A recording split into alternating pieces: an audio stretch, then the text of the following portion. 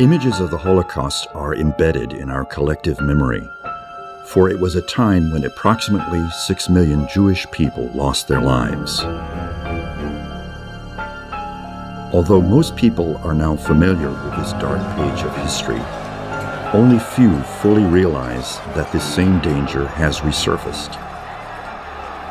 This is a scene from a 2018 anti-Semitic demonstration. It's one of many in the past year. More than 7 decades have gone by since the end of the Holocaust, yet anti-Semitism in Europe has been on the rise. France has one of the largest Jewish populations in Europe. Looking closely at historical anti-Semitism and its current reemergence, let us try to understand why Jews have been the target of racism for so long. Nona Meyer is a prominent political scientist and research professor at the Center of European Study and Comparative Politics.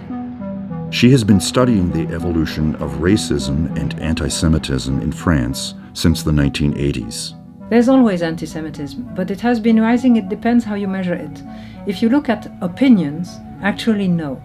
Of all the minorities living in France, the Jewish minority is one of the oldest, and it's also the best accepted. It has the best image. It's often quoted as a model for other minorities. Yet, some old stereotypes associating Jews to money and power are still there, and they flare up every time there's the idea that Jews are privileged. 4 people, including 3 children, are now reported to have been killed in a shooting outside a Jewish school in Toulouse in southwestern France. Several people were injured in the incident, which occurred as students were arriving for morning classes at the Ozar Hatara school, according to local officials. In trying to understand why the idea of privilege would create such strong hatred for a minority population, however, one can consider the role that anti-Semitism has played in French society. The importance of anti-Semitism is linked to its very long history. First, it was the Christians who were the anti-Semite because they considered that the Jews had killed Jesus. They were the deicide people. Christian anti-Semitism was closely related to the Gospels. John's Gospel is filled with anti-Semitic comments, accusing the Jews of rejecting Jesus and taking part in the conspiracy that led to his death. Then you had the idea that there was a racial inferiority of Jews. That's the Nazi conception. In that name, they exterminated 6 million Jews. When Hitler's forces occupied France, anti-Semitism tore apart the country. The Vichy government in France oppressed the Jews and enacted the Statut des Juifs, anti-Jewish laws that designated them as lower class and deprived them of their citizenship.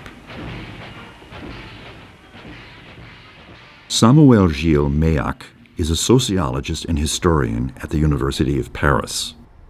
He specializes in the Middle East and the French Jewish community.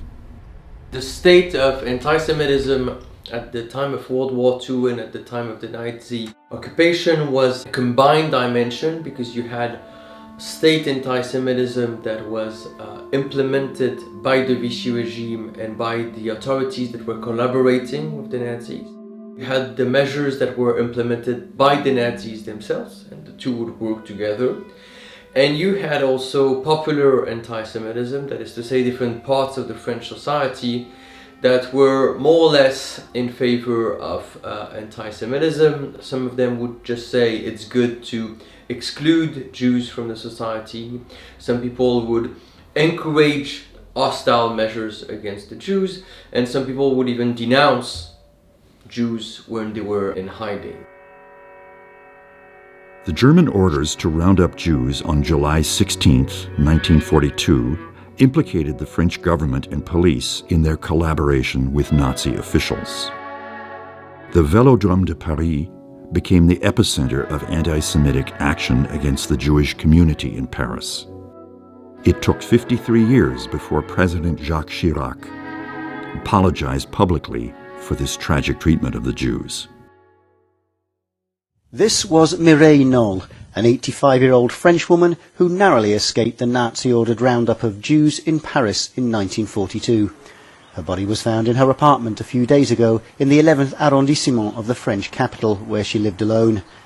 It was partly burned and she'd been stabbed 11 times. A murder investigation was opened and her killing is being treated as a hate crime based on her religion.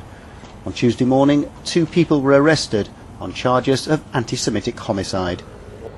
If we asked and we tried to understand why did they do this, it is difficult. Sometimes we would have people who commit violences against Jews because you see that they are both in an unstable state of when it comes to psychiatry, but they have been exposed to an ideology, that it can be a far-right ideology, it could be a Nazi ideology, it can be conspiracy theories, it could be Islamism, when they see Jews as evil, not just different, not just others, but that they are evil and that they represent a threat to their own stability and to the group. And they believe that by attacking Jews, not only they will solve their frustration, but the world would be better. Okay, and when you read Nazi ideology, and you have something similar in a certain number of Islamist texts, it's the idea that Jews, they destroy the world, they destroy traditional societies, they disturb the way it is organized and the way it should function. So they are evil in the way that they are perceived as this group trying to destroy the rest of humanity.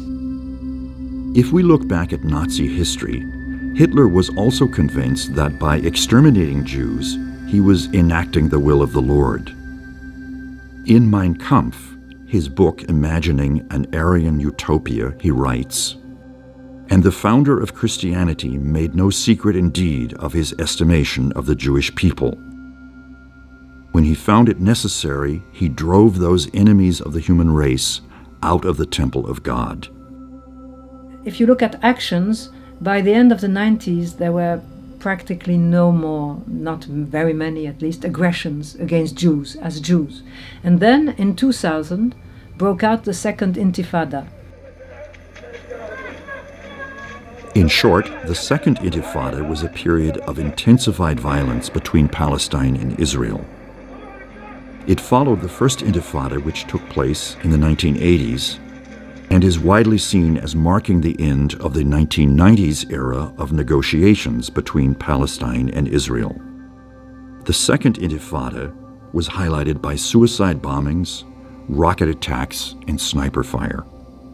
Since then, every time you have an intervention of the Israeli army in the occupied territories, then the idea that it's the fault of the Jews, of the Jewish state, flares up, and there are attacks against Jews, taken as responsible for what's going on in the Middle East, even if they have nothing to do with that.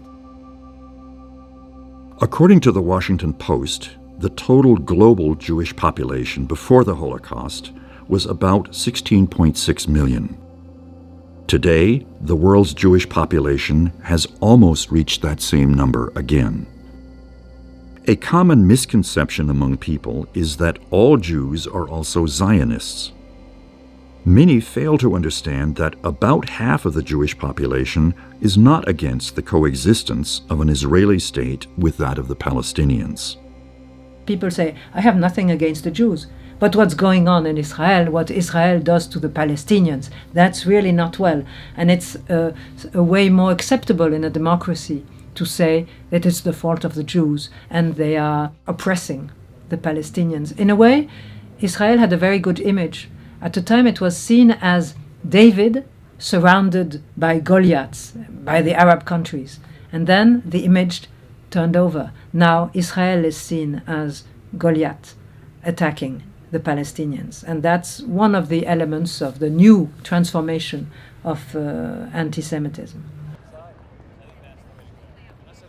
In a December 2018 survey on experiences and perceptions of anti-Semitism in Europe, the European Union's Fundamental Rights Agency found 89% of Jews living in Europe felt anti-Semitism had increased in their country over the past decade.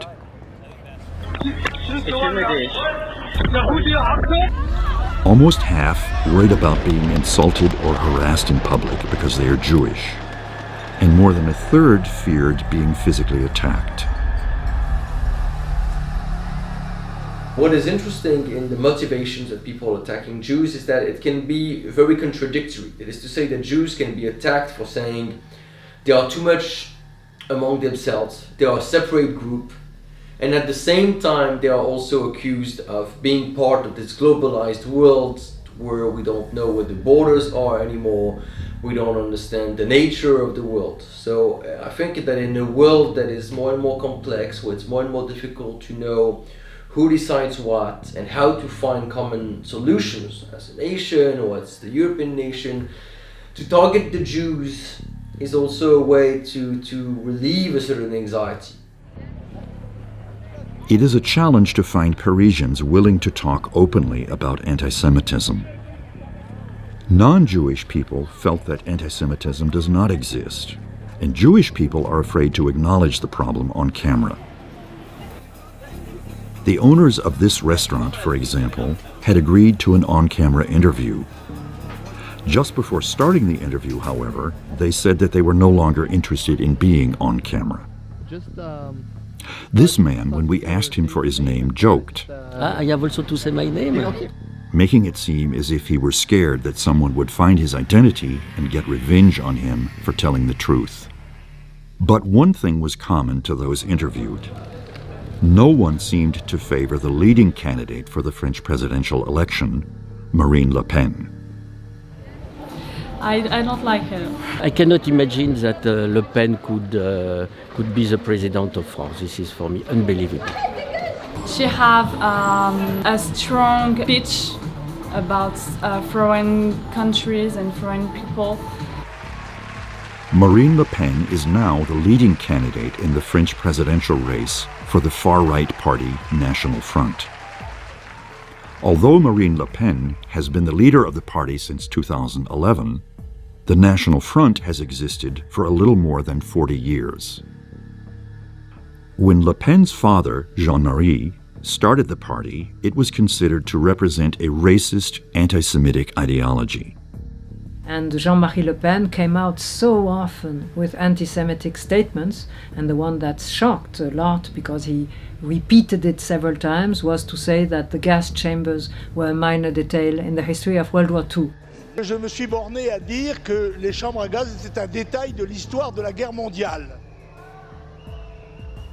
But Marine distanced herself from her father in 2015, only because she wanted to change the marketing of the party.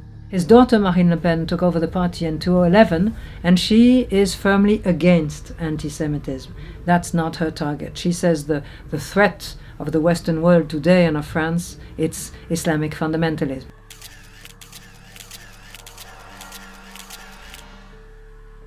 Marine's efforts to change the branding of the party have been questioned, as she recently denied that the French government was involved in the Velodrome roundup.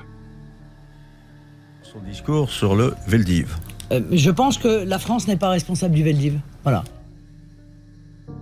Today it is politically impossible to say it, because if you say it, the backlash would be too strong. And legally, you cannot define yourself as a political party and as an anti-Semitic party, because you would be banned, you would be outlawed and things like that. Le Pen tries to promote the idea of France for the French, and has been repeatedly characterized by international media as the Donald Trump of France. It's true that the election of Donald Trump is a massive return to the people. It's a return of the nation in a world in which we considered that the nation was a thing to move past. Unquestionably, we had some points in common with Donald Trump, because we hope for independence for our country, a return of power, and a calming of relations around the world.